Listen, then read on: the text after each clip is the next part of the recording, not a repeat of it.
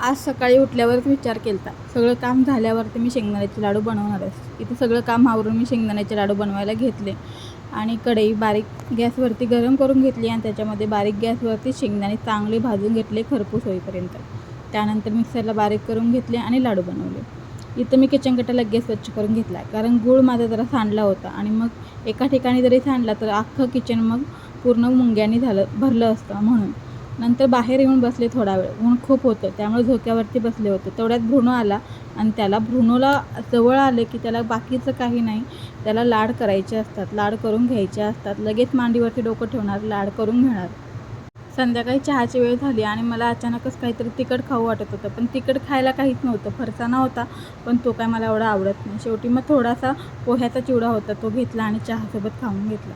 संध्याकाळी पाणीपुरीचा बेत होता त्यामुळं काय जेवण बनवायचं टेन्शन नव्हतं। पूर्ण व्हिडिओ नक्की बघा।